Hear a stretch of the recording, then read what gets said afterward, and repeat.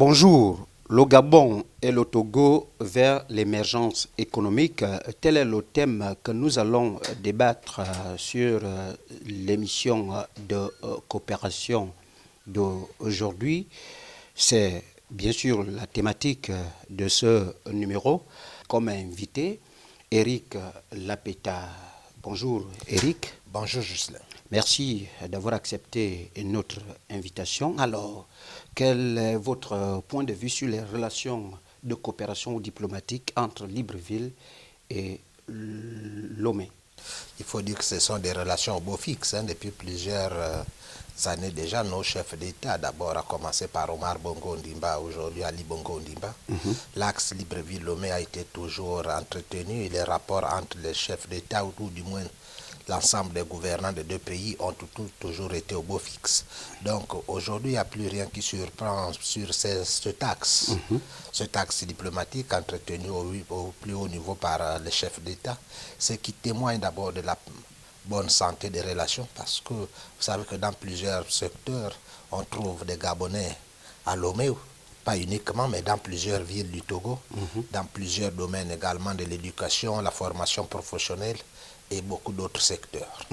Alors, merci. Récemment, le président togolais était en visite au Gabon, notamment à Libreville, Fort Gnassingbé, Issouzé et Yadema.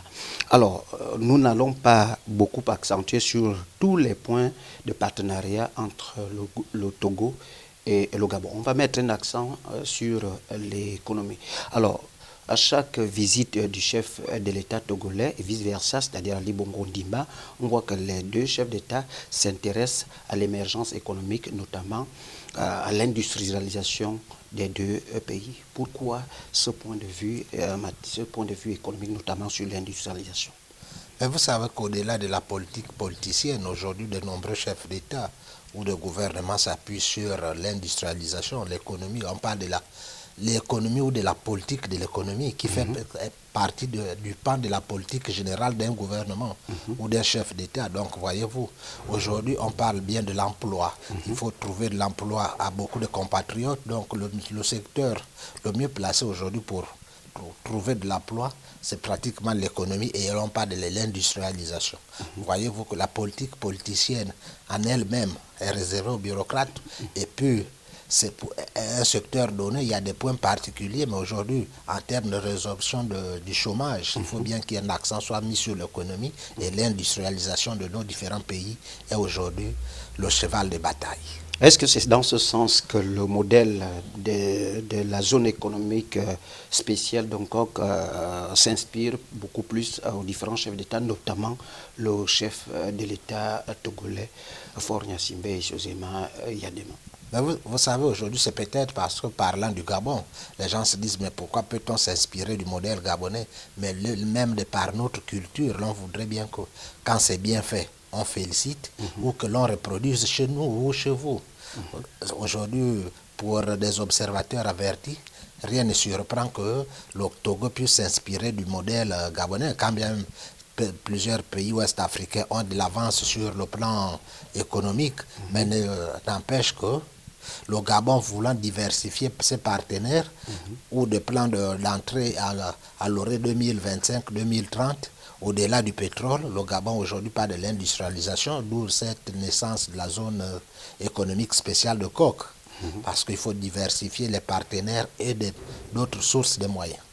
Puisque la majorité des pays de la sous-région parlent de l'émergence à l'horizon 2025, est-ce à dire que le Togo, en s'inspirant du modèle économique du Gabonais, notamment les zones économiques spéciales, notamment la zone économique spéciale d'Hong-Kong, que le président Yadema peut-être pourra aussi mettre en place une zone spéciale économique dans son pays natal, le Togo?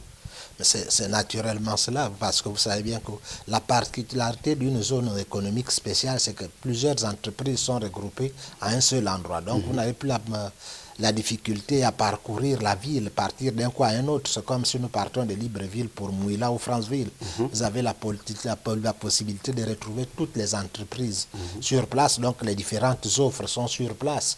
Vous n'avez que un pas à faire pour franchir 5 mètres. Alors vous n'avez plus de dizaines de kilomètres à parcourir aujourd'hui, et le modèle gabonais ne peut qu'inspirer la partie togolaise. C'est une bonne chose pour le Gabon de savoir que les choses initiées ou bien des projets initiés au Gabon peuvent inspirer d'autres. Parce que généralement, nous Gabonais, nous pensons que non, ce que nous faisons ne va plus loin que le bout de notre nez, donc, ou bien de notre territoire, pour être un peu plus clair. Aujourd'hui, nous avons la partie togolaise, donc venant de l'Afrique de l'Ouest, parce que généralement, c'est dit l'Afrique de l'Ouest a de l'avance sur l'Afrique centrale, mais aujourd'hui, il y a un modèle, l'Afrique venant de l'Afrique centrale, qui inspire l'Afrique de l'Ouest. Effectivement, le modèle de l'Afrique centrale, notamment le Gabon, inspire le modèle de l'Afrique de l'Ouest. Donc on peut dire aujourd'hui que les zones économiques spécialisées ou spéciales sont peut-être donnent une plus-value à l'économie de chacun des deux États, c'est-à-dire le Gabon et le Togo.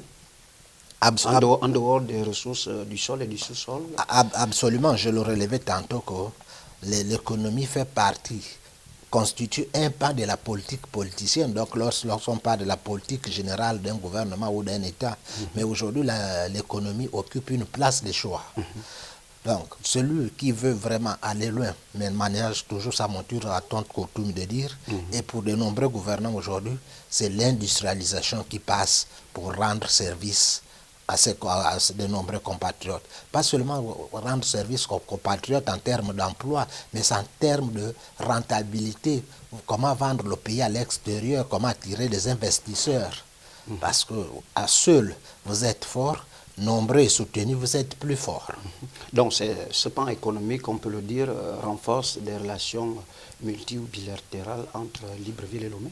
Oui, vous allez voir peut-être que ces relations, de par le passé, la fréquence n'était pas celle-là, mais vous allez voir que dans les prochains mois ou les prochaines années, mais le rythme sera à une vitesse V parce que on veut aller vite sur le plan économique et l'économie ne traîne pas. Parce que vous pouvez traîner ailleurs, mais sur le plan économique, une seconde de retard, une minute de retard, vous perdez beaucoup de choses. Donc aujourd'hui, avec des spécialistes, beaucoup de partenaires, des propositions sont faites. Il faut veiller, il faut examiner quelle est la proposition qui passe le mieux possible. Donc il faut être apparemment debout. Il faut être apparemment debout. Tel est le mot de fin de notre invité de ce numéro de coopération, Eric Lapeta, journaliste qui venait un peu plus tôt d'éclairer la thématique du jour, le Gabon et le Togo vers l'émergence économique. Merci de nous avoir suivis à un autre numéro de l'émission Coopération.